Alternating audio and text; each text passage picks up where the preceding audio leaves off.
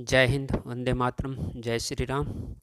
आज मैं आपके लिए एक बहुत ही महत्वपूर्ण जानकारी लेकर के आया हूँ, जो कि अभी आगे वीडियो में आपको प्रमाण सहित दिखाई देगी। शरीर में खून की कमी, कफ से संबंधित रोग, पेट में कीड़े, कृमि रोग, कुष्ठ रोगों में अभी मैं आपको मंडूरा धैर्यष्ट की जानकारी देने जा रहा हूँ। यह एक उत्तम औषधि है, किसी भी आयुर्वेदिक स्टोर पर आपको मिल सकती है। वैद्यनाथ की आयुर्वेद सार संग्रह में इसके बारे में बताया गया है।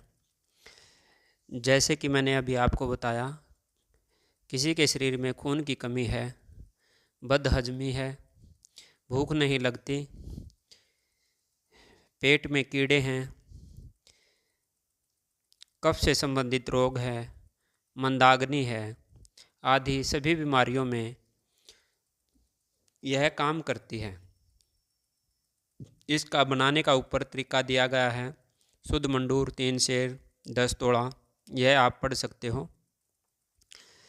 इसके मात्रा और अनुपान ऐसे है, 1 तोला से 2 तोला।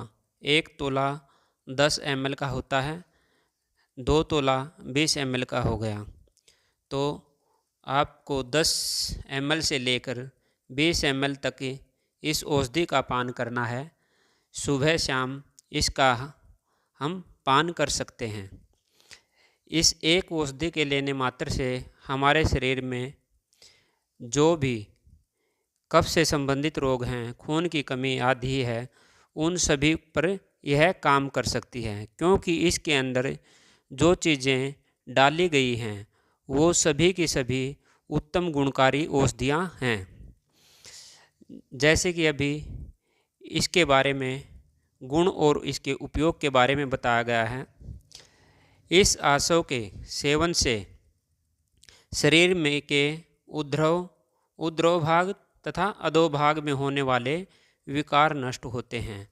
अब समझने की बात है, उद्रव भाग जो पेट से ऊपर के हैं, जो छाती के हैं, सिर के रोग हैं, उद्रव ऊपर की ओर जो जाते हैं, रक्तातिसार आदि रोग हैं, वो इससे ठीक होते हैं।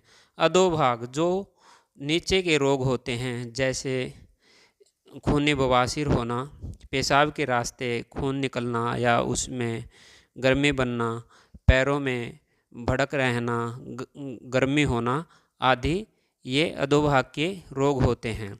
उन सभी को यह औषधि मात्र 10 से 15 ml की मात्रा में लेने से नष्ट करती है। इसके अतिरिक्त पांडु रोग यानी पांडुपीलिया रोग, कामला, कृमि रोग जैसा कि मैंने बताया है, पेट में कीड़े हो जाना, उन पर भी इसका उत्तम असर होता है। कास यानी कि खांसी, श्वास दमा जो सांस से संबंधित रोग हैं, उन पर भी यह उत्तम लाभ करती है। कफ जनित रोग जो जैसा कि मैंने बताया, कफ जनित रोग यानी कि शरीर के अंदर कफ से संबंधित बलगम बनना आदि रोग हैं, उनमें यह अच्छा लाभ देती है।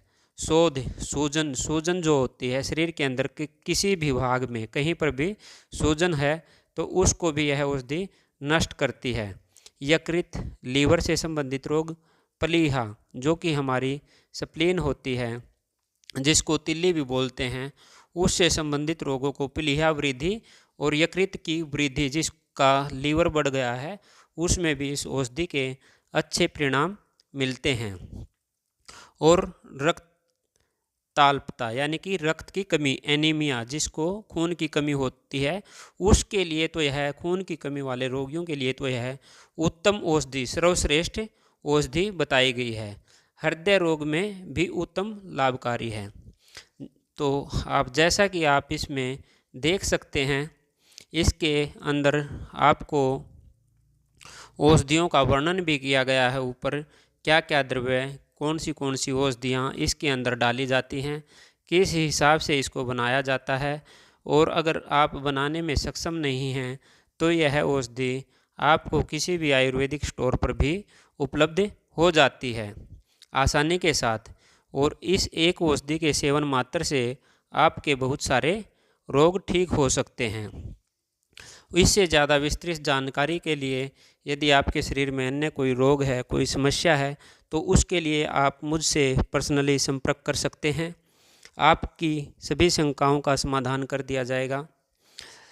और मेरे द्वारा दी गई जानकारी आपको अच्छी लगी है तो इन चीज़ों को आगे भेजते रहें, अपने सगे संबंधियों के साथ शेयर करें, ताकि आपकी जेब का एक मोटा खर्च जो आप डॉक्टरों के पास देते हैं वह खर्चने से बच सकते हैं। यह जानकारी केवल आयुर्वेद शास्त्र संग्रह में दी गई उसके आधार पर बताई गई है।